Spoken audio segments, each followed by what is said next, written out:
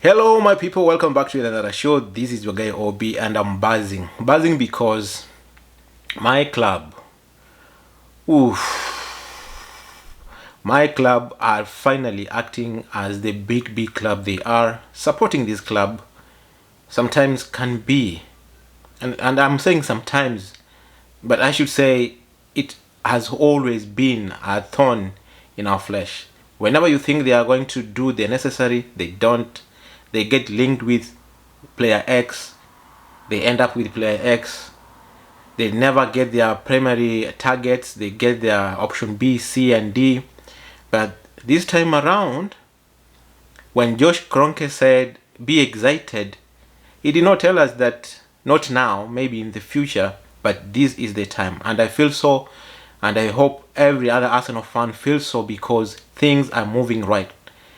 Kai Havertz signed for £65 million from Chelsea. Lots of questions on that transfer, but don't get it twisted. Kai Havertz is still a very good player. Once started as the biggest talent in Europe, coming through the ranks of Bayer Leverkusen. £90 million moved to Chelsea. He hasn't really done what people thought he could do at Chelsea. Whether that is down to him or whether it's down to Chelsea Football Club, it depends on which side of the coin you want to see. But Kai Havertz is still a good player. He's already signed for Arsenal. His presentation was yesterday, and before that is done, Declan Rice, terms agreed, Manchester City out of the race. And I was like, am I dreaming or what is going on? Declan Rice, right? Let's talk about this guy for a minute. This is the guy who was once in Chelsea academy, moved to West Ham while he was a youngster. He has developed into one of the best midfielders in Europe. He has been West Ham captain for a very long time. He has led them into winning their first major trophy in 40 years. He cemented himself as an England international. He's Premier League tested and proven. He possesses a lot of leadership skills. 24 years of age, still young, has room for development. And what is so important for this is that he was the number one target for Mikel Arteta and Arsenal Football Club for this transfer window. £105 million is a lot of money that Arsenal have agreed to pay.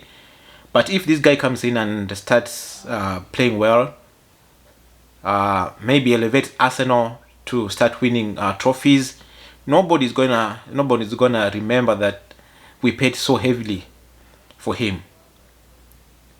At the same time, when you look at the going rate at this moment in time, how much did Enzo Fernandez cost Chelsea? €121 million, right?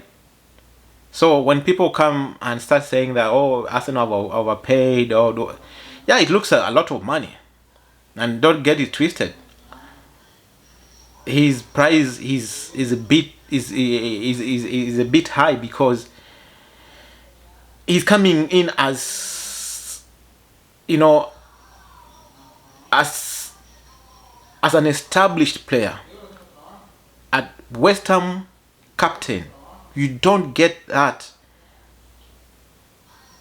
package in one person and just throw 20-30 million pounds for some player. So he was the best player at West Ham. An agreement has been reached between the two clubs, and very soon, maybe in the course of the weekend or next week, Declan Rice will be an Arsenal player. Before we are done with that news, Jurrien Timber, Ajax international, 22 years of age, one of the best defenders in Europe.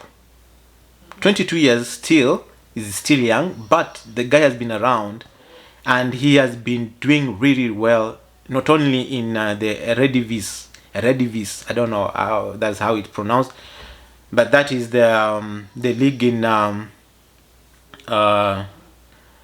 do you call it? He's been playing at Ajax, so he's a good player. Last season, he was heavily linked with move to Manchester United.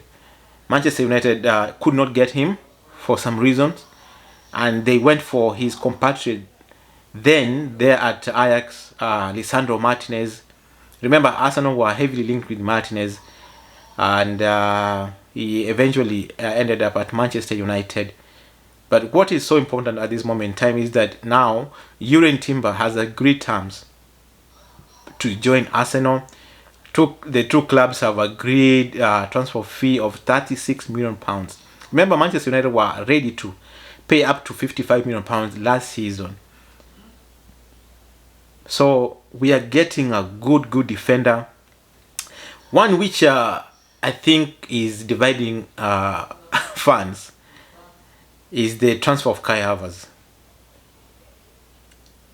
And the reason why it's dividing opinion is because, you know, this guy was highly regarded in Europe as one of the best thing in Europe. Moved to Chelsea, things haven't worked out. He hasn't flopped yet because he's been one of their best players. He's been one of their best goal scorer for the 3 years he's been there. So you cannot come back and say, you know, he's poor or is anything. If he's been poor, then the rest have been garbage. Let's be honest. So Kai Havertz, he hasn't really, you know, settled at Chelsea, and he has moved to Arsenal. This was a surprise transfer to Arsenal. Nobody knew.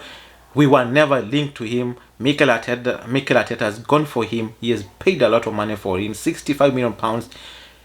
It's not pocket change. That is a lot of money. And I guess if Mikel Arteta goes for a player, he knows how he's gonna use him. He's still young, 24, right? He's been played out of position at Chelsea. The system at Chelsea in the recent years hasn't been, you know, they don't have a style of play. You know, they have been changing coaches, managers here and there. I mean, I think that alone gives Arsenal an element of hope that if this guy comes in, because he's got the talent, if he comes in, Mikel Arteta is going to sit with him and tell him, you know what, this is where I want you to play. This is how I want you to play. I know you are talented. Now let's start working. This guy is gonna be a success at Arsenal. You know, he was once touted as the most talented youngster in the whole world. That is 3 years ago. But right now people are saying he's washed out. He, you know, it's a waste of money. Yeah, I never know, or you never know how this one is gonna end. But don't get it twisted. This guy is still talented. Timber, like I said, he's also touted as one of the best in Europe, and we can only hope that these guys come in and elevate the team. The gap between us and Manchester City is still huge. We should not stop here.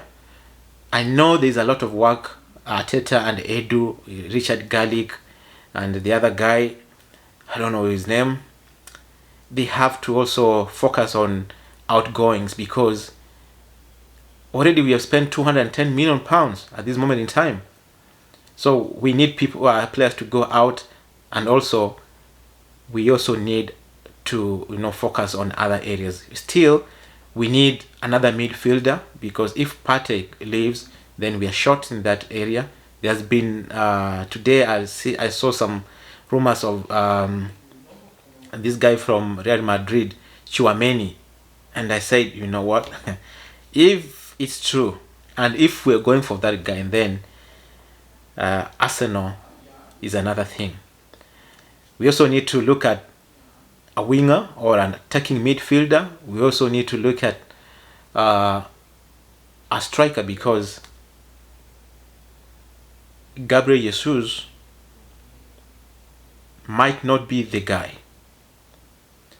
I don't know whether Mikel Arteta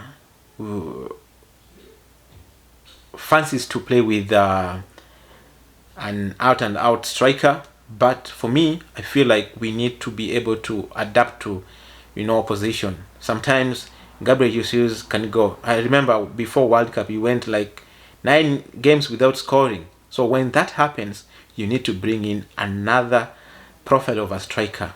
Say like players like Ivan Toney, players like Vlahovic, or somebody like that, so that we are not so much predictable, So I don't know what you're thinking. For me, this is one of the best moments of being an Arsenal fan. But we should not stop here. Still, there are gaps in the team. Still, we need to ship out players that we are not going to get game time in our squad. Players like Nketiah should be sold to bring in money so that we can invest in other areas. Let me know, what is your feeling about these signings? Are you excited, or you have questions about the signing of Kai Havertz, which I've seen many people not really comfortable with? Let me know in the comment section below. I'll be able to talk to you very, very soon. This is about my time. Please like this video. Please like video, and I'll be glad if you did that. Thank you so much.